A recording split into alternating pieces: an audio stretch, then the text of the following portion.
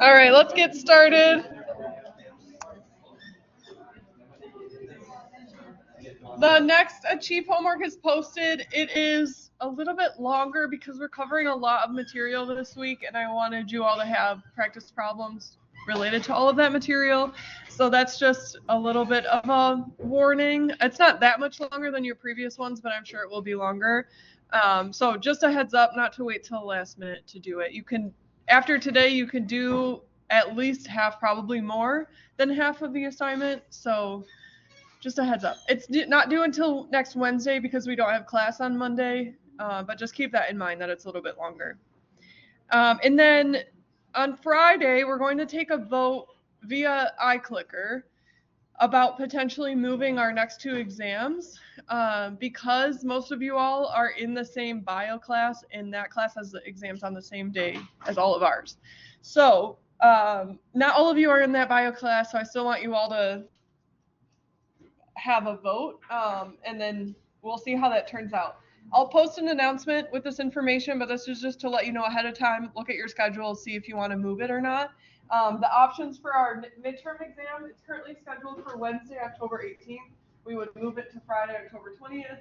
And then unit exam 2 is currently scheduled for Wednesday, November 15th, and we would move it to that Friday. So just keep that in mind. Think about how you want to vote when we do that iClicker, and that'll be on Friday. Any questions about logistics for our class? Yeah. Did you post the notes from Monday? Did I?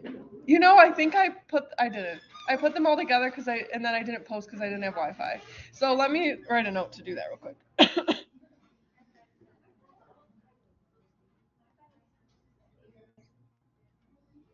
I'll write it on my phone. Sorry about that.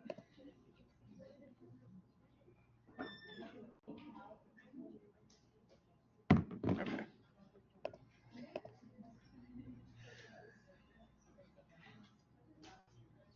All right, I'll post those after class today. All right, let's continue with learning about ions in solution. So at the end of class on Monday, we looked at these pictures of when we have, well, let's go to the first one. So when we have a molecule in solution like ethanol, not an ionic compound, it stays together in its full molecular form in solution. It's surrounded by water molecules, but it's not separating at all. It stays as the full molecule. In contrast, when we have an ionic compound like sodium chloride, when we add that into solution, separates, the ions separate, and we have sodium cation separate from a chloride anion. The same thing is true if we have polyatomic ions, they stay together. So if we have ammonium nitrate, ammonium, NH4 plus is the cation. Those atoms stay bonded together, but they're separate from the nitrate, which is NO3 minus, and that's on its own. So the next slide is a little bit more about what's happening when we add an ionic compound to solution. So when we dissolve an ionic compound in water, the ions dissociate into the individual ion. So that's what we've represented in that particle pictures. We have an ionic lattice. This is an ionic solid, not in solution. The anions are right next to the cations, and we have them in this repeating pattern here. They're attracted by that ionic force. When an ionic lattice or an ionic solid like sodium chloride is added to solution, here's the reaction condition, we're adding water. We have sodium chloride aqueous, so it's dissolved in the solution, and that's implying that in solution we actually have sodium cations and chloride anions. So this is the ionic lattice not in solution. These are the hydrated ions. So once you've added the ionic lattice to solution, you can imagine these particles breaking apart. We have water molecules surrounding the anion, water molecules surrounding the cation. So it separates into those ions. If you see aqueous in a reaction equation, you can assume that the ions are present in solution. So this implies the ionic solid that's soluble in water is dissolved in the water into its anion and cation. So when we have positively charged particles and negatively charged particles dissolved in solution, these ionic solutions can conduct electricity.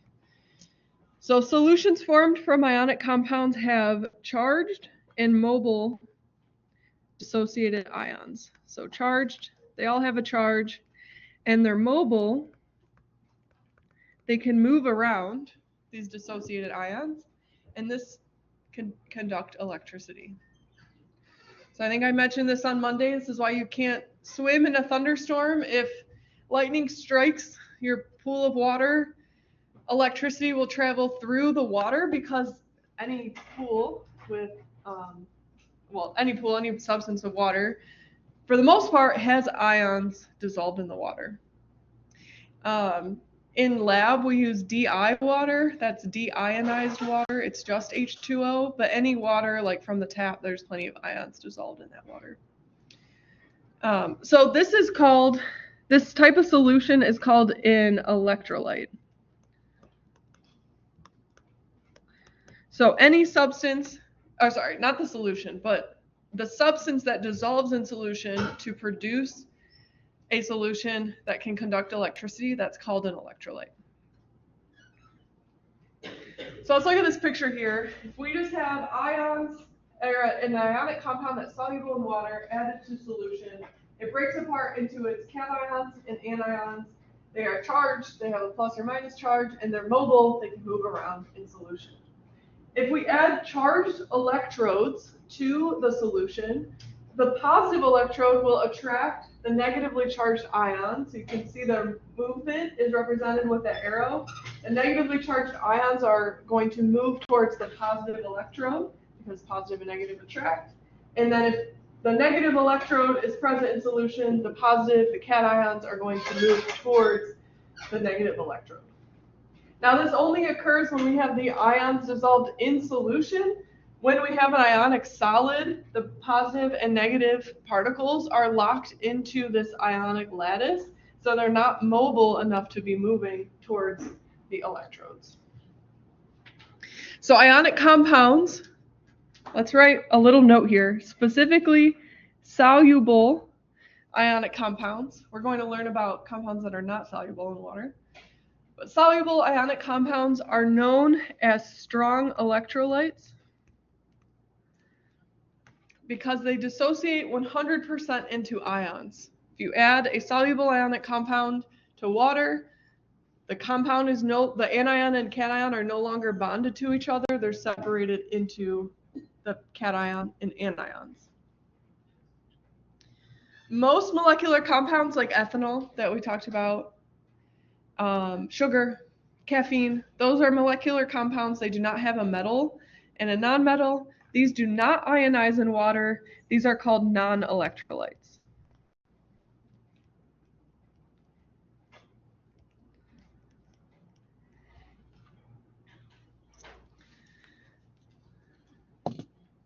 So have you all heard of like Liquid IV, Pedialyte, those electrolyte packets for hydration?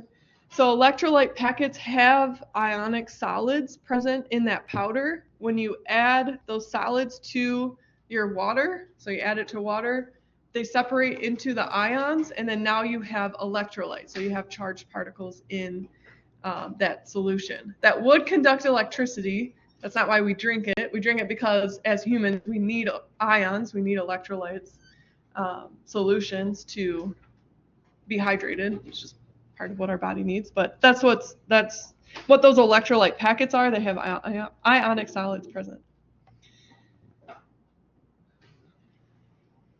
They usually have sugar as well. The sugar wouldn't dissolve into ions. It stays as a full sugar molecule. flavors the substance, but the actual ionic compounds are what are providing the electrolytes. Other non-metal containing compounds that fully dissociate in water are strong acids and bases. This is a list of 7 strong acids. You should remember these as strong acids. This is the list of acids that fully dissociate into ions when added to water. So these are the strongest acids. There are other acids on us. So acidity is a scale. We have these 7 as the strongest, and then we have all weaker acids, but on the scale, some can be stronger than others. This list are the strongest acids. These are the ones that fully dissociate into ions. And you'll notice, so if all of these have a hydrogen, and they dissociate into H plus cation and then an anion. This dissociation with the H plus cation is what defines this as an acid. So acids dissociate, provide an H plus cation to a solution. So we have 3 halogens with hydrogen, chlorine, bromine, and iodine, and then a few polyatomic ions with hydrogen. Again, these will be important to remember as the strong acids. They fully dissociate, so they form strong electrolyte solutions. Any other acid is a weak acid, and they form weak electrolyte solutions. If you have a weak acid and you add it to solution, some of the molecules of the weak acid will separate into the ions, some of the molecules will stay together. So they don't dissociate 100%, so they're not a strong electrolyte. Strong bases follow the same pattern. So there is a few strong bases. They all have the hydroxide anion, OH-. They are any group 1 element with hydroxide, and then these 3 group 2 elements with hydroxide. Those are the strong bases. Any other base is a weak base, and that would form a weak electrolyte solution. So the table on the next slide summarizes those 3 different types of electrolyte solutions. So strong electrolyte, any soluble salt in water, any strong base, and let's go back. All of the strong bases have a metal and a non-metal, so any group 1 element with hydroxide or these group 2 elements, those are all metals. With hydroxide, which is a non-metal, so that is also an ionic compound. Those are strong electrolytes, and then any strong acid is a strong electrolyte. Other acids that are not on our strong acid list, weak electrolyte. Other bases that are not on our strong base list are weak bases, weak electrolytes. And then most molecules like ethanol, sugar, caffeine, those are non-electrolytes. They do not conduct electricity. Questions so far? Yeah. All right. So some of these strong acids have the HCl, HBr, HI. Why is HF? Oh, that's a good question. Okay, why is HF not in there?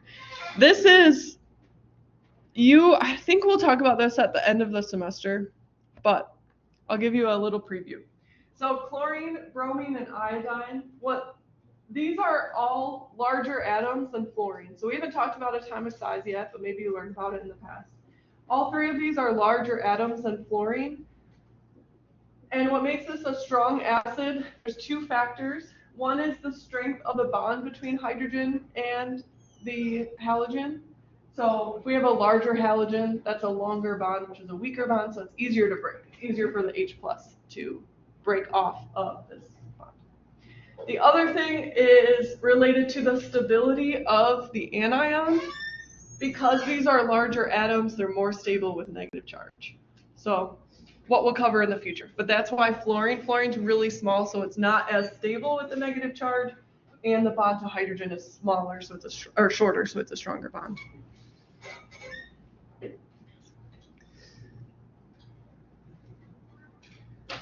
All right. One more slide here before we'll do an iClicker. I did start the class if you want to join now. This picture here shows 3 different solutions. The first one, we have a strong acid. We have HCl in solution. So we have Cl minus anions, and then the hydrogen, the H plus, has joined with H2O molecules to form H3O. So everything present in solution is a positively charged H3O plus and a negatively charged Cl minus. Here we have acetic acid. This is not listed on our list of strong acids, so this is a weak acid. If you look here in solution, most of the acetic acid molecules are contained as the full molecule. It has not separated into ions. So these are neutral. They can't conduct electricity. Some of the acetic acid has separated into the anion and then the cation H plus joined with H2O.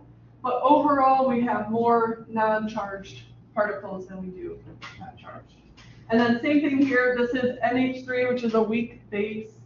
Most of the molecules here are neutral NH3, but we have a few where it's separated into the cation and anion. So weak electrolyte solution, strong electrolyte solution. And that you can see the light bulb is on for that strong electrolyte solution. Okay, so we have a few different compounds here. And the question is, to classify them, they're all water soluble, but classify them as strong electrolytes, weak electrolytes, or non-electrolytes. So there's 4 questions. Oh no, yeah, there's 4. There should be 4. Right, do you all have 4? Someone confirm? Yeah. Okay, thank you. So let's spend a few minutes here, and then as you're working, let me know if you have questions. Or if you want me to try to think what you're thinking.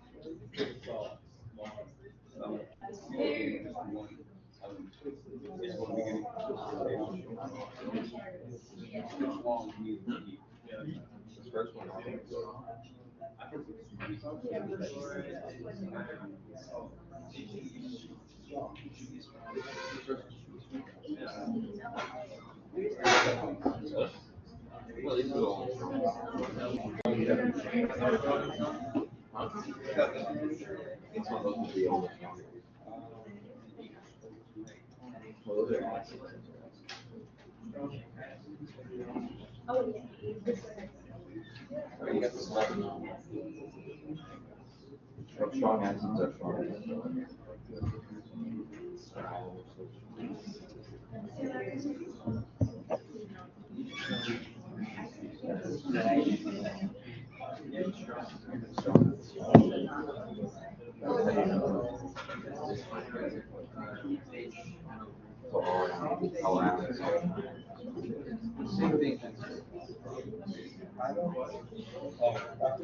Yeah.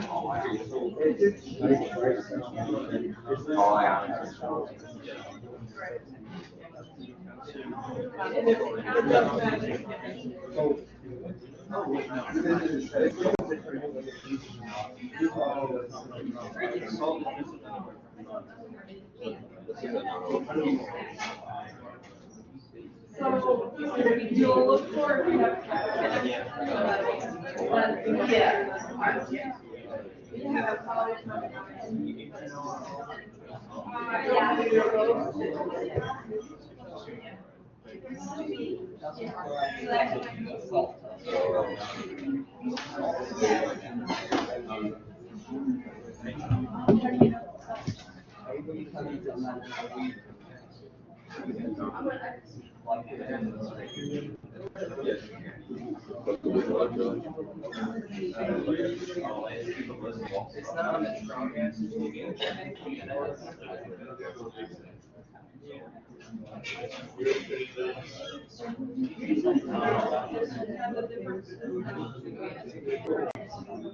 Yeah, it says HNO2 examples for.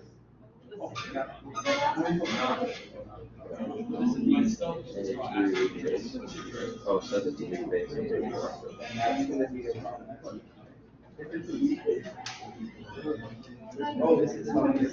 Yeah, it's not good. No, it is like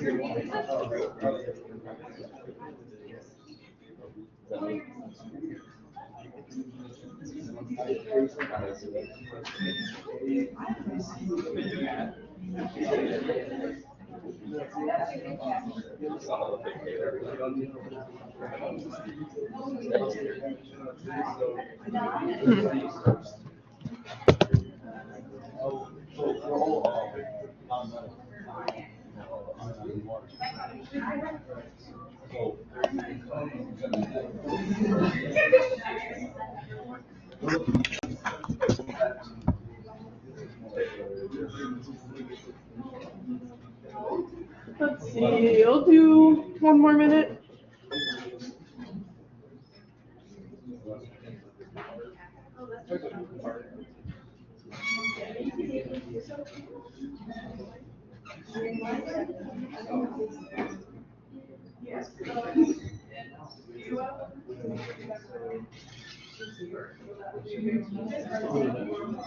I guess there's the question she made, if you know, memorize 80%, I think it helps.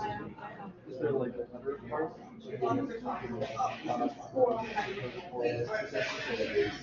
Oh, but here it says they're all of these are water.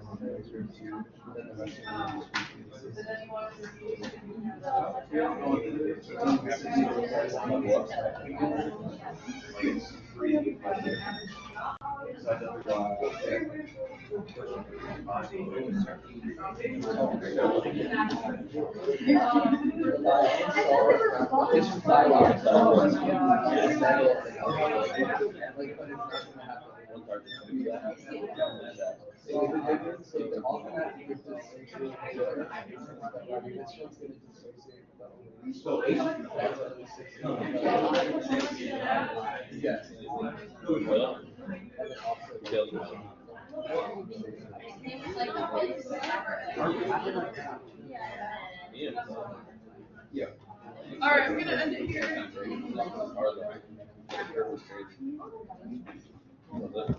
3 seconds in case you're still submitting.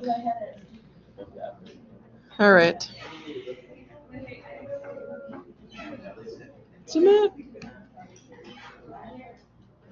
All right, now I'll end it.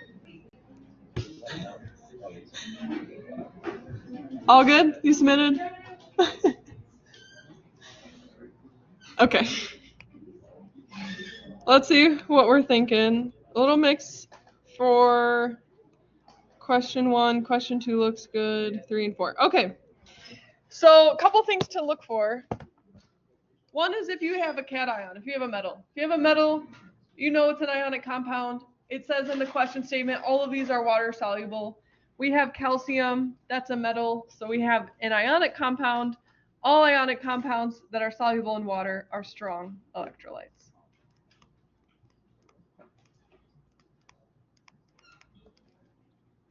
This next molecule, we don't have a cation. We don't have a metal. We also don't have a polyatomic ion. This is a molecular compound, does not dissociate into ions at all.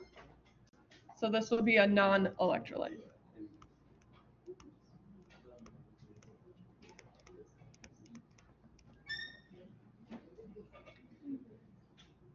This next one is very similar to one of the strong acids, which is HNO3. But it's not the same. This is HNO2. This is a polyatomic ion, NO2- with H+. This is an acid, but it's not a strong acid. So this will be a weak acid, weak electrolyte.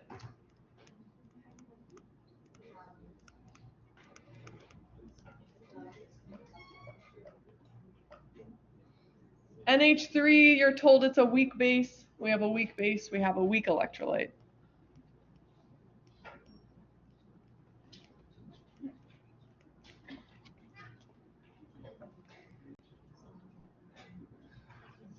Questions on any of these? All right. Okay, we'll go to our next section. So we've been really specific about ionic compounds that are strong electrolytes are only ionic compounds that are soluble in water. There is a list of compounds or features of compounds We call these solubility rules or solubility guidelines that help us determine if certain ionic compounds are soluble or insoluble, meaning they don't dissolve, in water.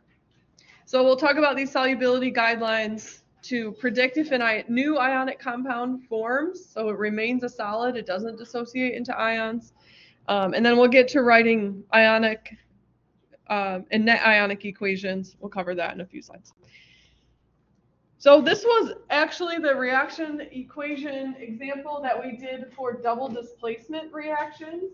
If you add potassium iodide and lead to nitrate to solution, one of your products is potassium nitrate, which is soluble in water, so it separates into its ions. The other product is lead iodide, lead to iodide, and this is a solid. So when lead and iodine are present in solution, they bond together and form a solid, and that's the yellow solid that's forming here. So this ionic compound is not soluble in solution. It doesn't dissolve into its ions. Potassium and nitrate do. So these do not form a solid compound. Insoluble means it doesn't readily dissolve in water. Now, potassium iodide, if you have enough water, you can dissolve a little bit of potassium iodide. I mean, lead iodide. Sorry about that. Lead iodide. So potassium nitrate, this molecule here, is a soluble compound. This is a soluble salt. Salt is used to describe compounds with a cation and an anion. So potassium nitrate, soluble salt, 1 liter of water can dissolve 354 grams of potassium nitrate, which is represented here. Lead to iodide is considered to be an insoluble salt.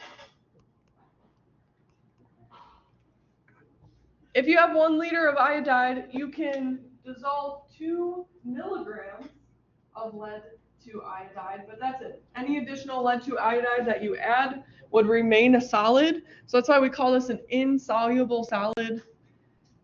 Only a really, really small amount could dissolve. Usually you have more than 2 milligrams per 1 liter of water. So when we're trying to determine if a precipitate forms, usually we're doing a double displacement reaction. So in this example, we have potassium iodide that dissolves into potassium, cation, iodide, anion. This potassium iodide is soluble in water. So we have these two ions in solution. Lead to nitrate is soluble in water. It will dissociate into lead with a +2 charge and nitrate with a -1 charge. But now we have to see if the combination of a different anion with a different cation is soluble or insoluble in water. So we have to check if potassium nitrate is soluble and lead iodide is soluble. If either of those or both of those are insoluble in water, then we say a precipitate is formed. So that's the solid that's formed. That's a word for the solid, the new ionic solid. So in this example, lead to iodide is a solid, it's a precipitate, it's formed in a double displacement reaction with these reagents, the potassium iodide and the lead to nitrate.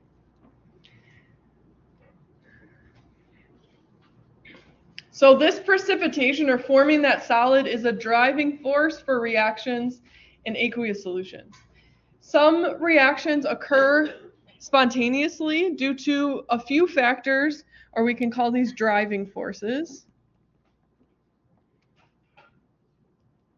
These drive the reaction forward. You'll learn more about spontaneous reactions in Gen Chem 2, probably more in this class as well. These driving forces are associated with a more stable, lower energy product. When you're forming a more stable, lower energy product, that's favorable for that reaction to occur to exist at a lower energy level. So double displacement reactions that result in the formation of a lower energy solid ionic compound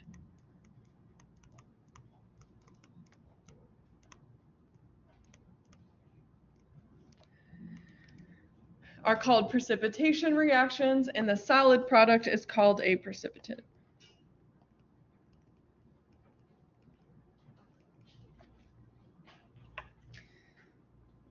Precipitates are lower energy solid ionic compounds. So the formation of the precipitate is a driving force for the reaction. So if a solid ionic compound can form with the ions that are present in solution, it will form. That's a spontaneous reaction that occurs. Okay, so now, how do we know if a solid is going to form? Next slide, we have these solubility guidelines. When you have a mixture of ions in solution, you want to check if any combination of a cation and anion form an insoluble ionic solid. So we use these guidelines to determine if they are insoluble. So guideline 1, if you have ammonium cation or any group 1 metal cation, that's a soluble ionic compound, so that will not produce a solid.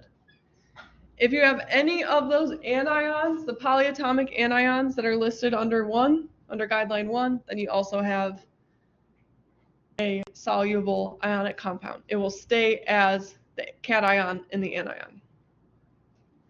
And then guideline 2, most salts that contain the following anions are soluble.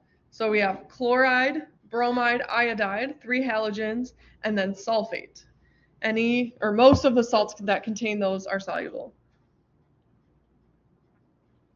Most of the salts that are not covered by these 2 guidelines are insoluble, with a couple exceptions that are in 4 and 5. So looking at guideline 2, that says if you have a salt with chloride, bromide, iodide, or sulfate, those are soluble. That's true unless you have chloride, bromide, iodide with silver, lead, or mercury. These are insoluble. Or if you have any of these metals with sulfate. Anything that fits here are insoluble. And then number 5, these are a few compounds that are not mentioned in guidelines 1 and 2, but are soluble. So these are our strong bases, hydroxides with elements in the second column. We know these are strong bases, they're fully ionizable in water. And then also any of these atoms bonded to sulfur. So hydroxide, sulfur with either 3 of these group 2 metals. So we use, yes, go ahead. So you're not going to have them, but you should remember, you'll be able to answer the questions on the test if you remember the first 2 and the strong base, strong acid. For homework and such, you will need 3 and 4.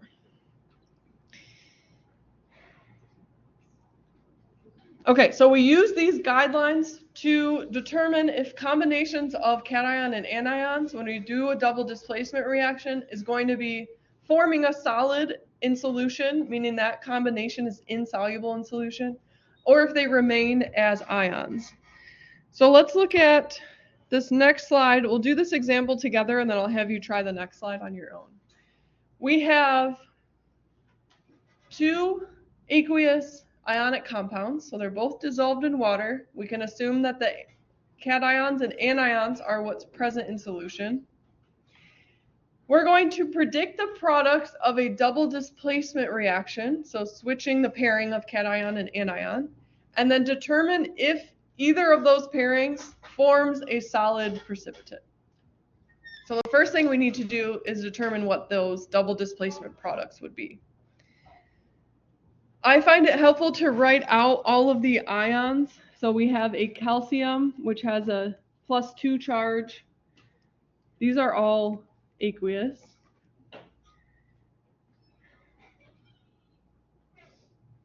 We have chloride, Cl-. We have potassium. and we have sulfate, SO4, 2-. Here I'm just drawing out the ions. This is not balanced according to the numbers that are present. But this is just to see what the cations and anions are and then make the new pairings. So calcium is 1 cation and it's currently paired with chloride. In the double displacement, it'll be paired with the other anion, so SO4, 2-. So we have calcium, sulfate. They can exist in a compound in a 1-to-1 ratio because calcium has a +2 charge, sulfate has a -2 charge. Now we don't know if this is solid or aqueous yet, so we'll leave out the phase, leave some space there, and then combine the other cation and anion, potassium cation, chloride anion, and we have KCl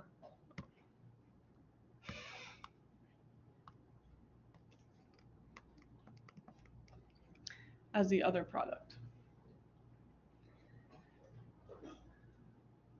To balance the equation here, you could do this now or you could do it after you determine phases. In the starting material, we have 1 calcium, 2 chlorines, so we need to have 2 chlorines in the product.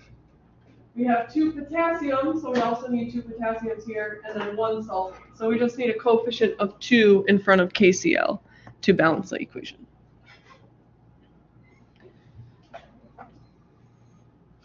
All right, we have the 2 new products. They might be aqueous, they might be solid. We have to go back to the solubility rules to determine what they are. So first we have calcium sulfate. I'll just write this here. CaSO4. Calcium is not, if we look at guideline 1, it's not NH4 or a group 1 metal cation. And sulfate is not listed under those anions. So guideline 1 doesn't apply here. Guideline 2, it says most salts that contain the following anions are soluble. We have SO4 2- present.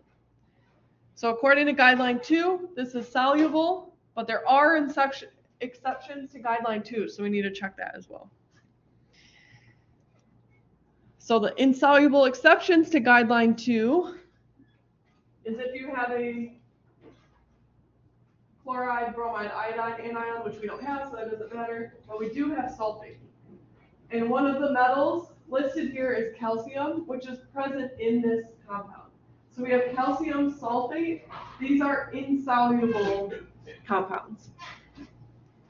So this is insoluble. It remains as a solid. So if we go back to that reaction equation, the phase is S for a solid.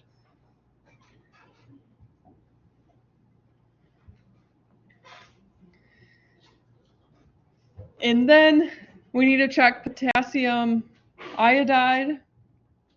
Potassium is a group 1 metal cation. And there's no exceptions for group 1 metal cations. That's listed under guideline 1. So this is a soluble compound. So this remains aqueous.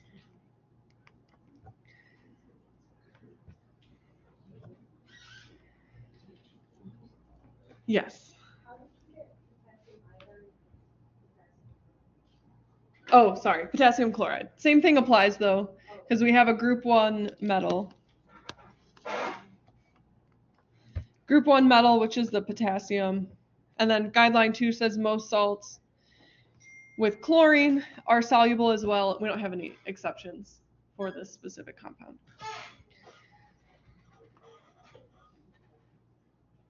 Okay, so in this reaction, we formed a new ionic solid. We have a new product formed.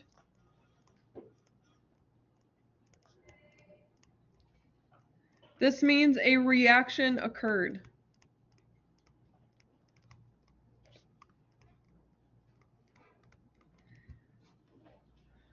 We have a new ionic bond that's insoluble. This ionic compound is insoluble in solution. We have a new product. If we didn't form a solid, then what's really present in solution is just all the ions. All the ions are present. They're not forming any full compound. They just remain as cations and anions. All right, work on this next slide here. It's not an iClicker. Just work on it on your slides, and then in a minute, 2-3 minutes, we'll go over it together. And this polyatomic ion,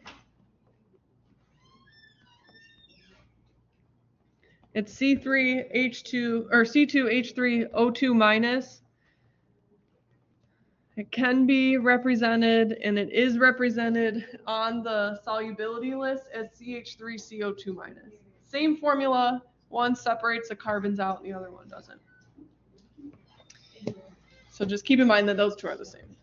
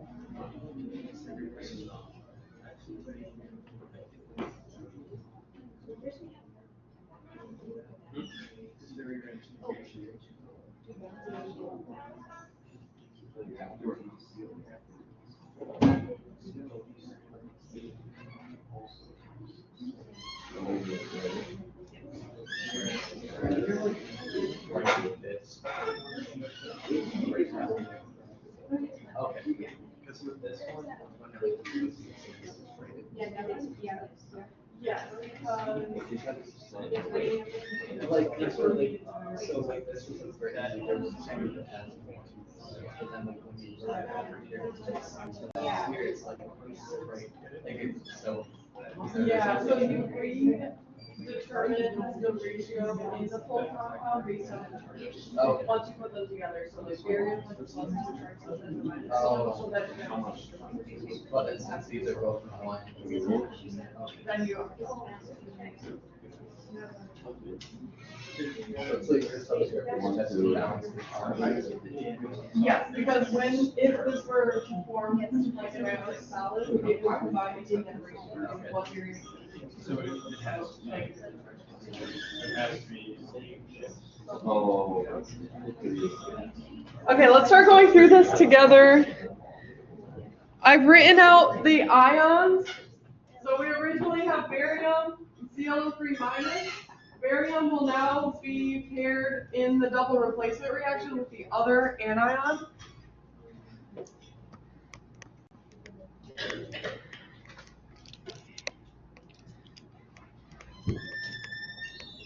When you're writing these formulas, you have to redetermine the ratio that these two would exist in a ionic compound. So barium has a +2 charge, and this polyatomic ion has a -1 charge. Now we must have 2 of these for every 1 barium. So now we have a subscript of 2 after the polyatomic ion. So that was balancing charges when I think that was the last chapter when we talked about how to do that. And then we have lead.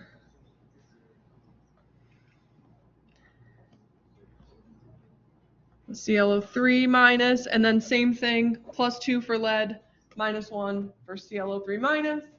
So we need 2 of those polyatomic ions. Okay, now we have to check our list of solubility rules to determine if we have solids or not. So I'm going to rewrite them here. You all have them on your slide.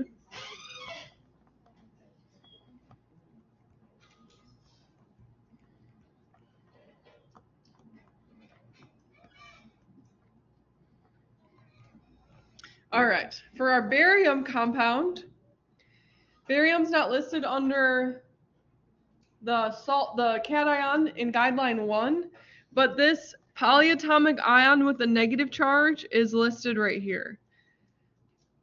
It has a different formula, or the way the formula is represented is different, but it's still C2H3O2 minus. There are no exceptions for that polyatomic ion, so this is soluble aqueous. And then for the next compound, ClO3 minus is listed under guideline 1 as being soluble. There are no exceptions for ClO3 minus, so we also have an aqueous compound. So both of these are aqueous.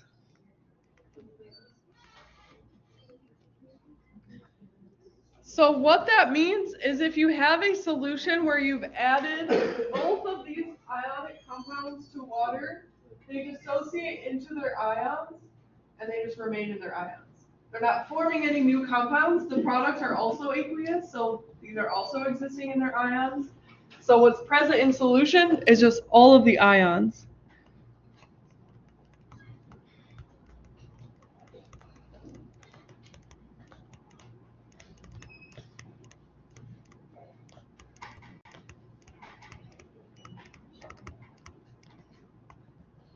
So in the charged form.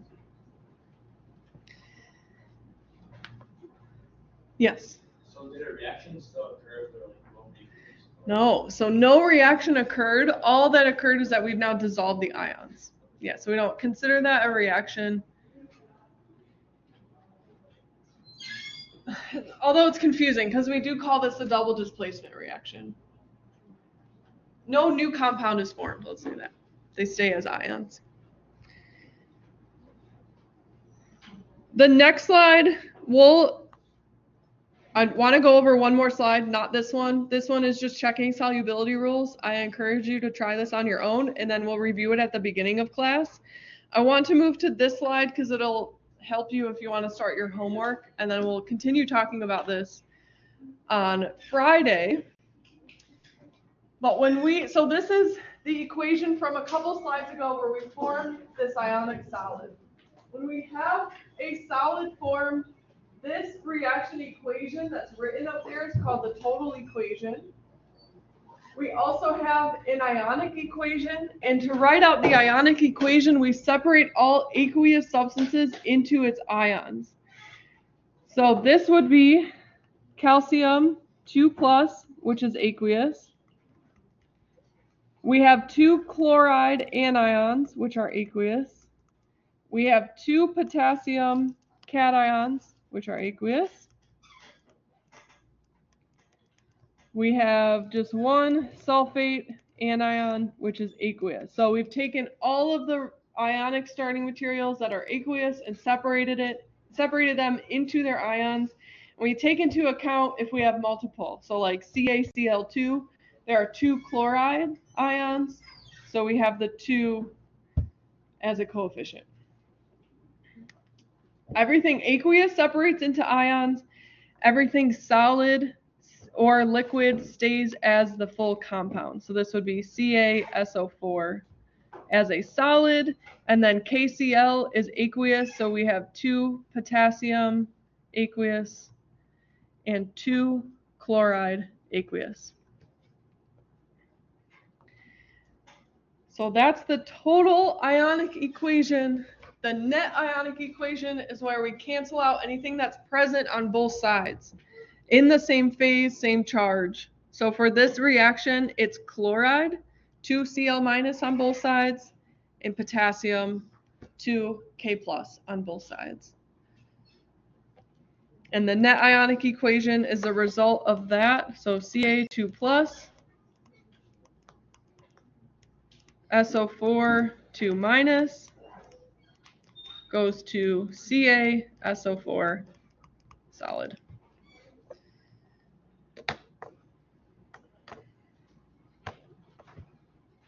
All right, we'll end there. We'll talk more about this on Friday.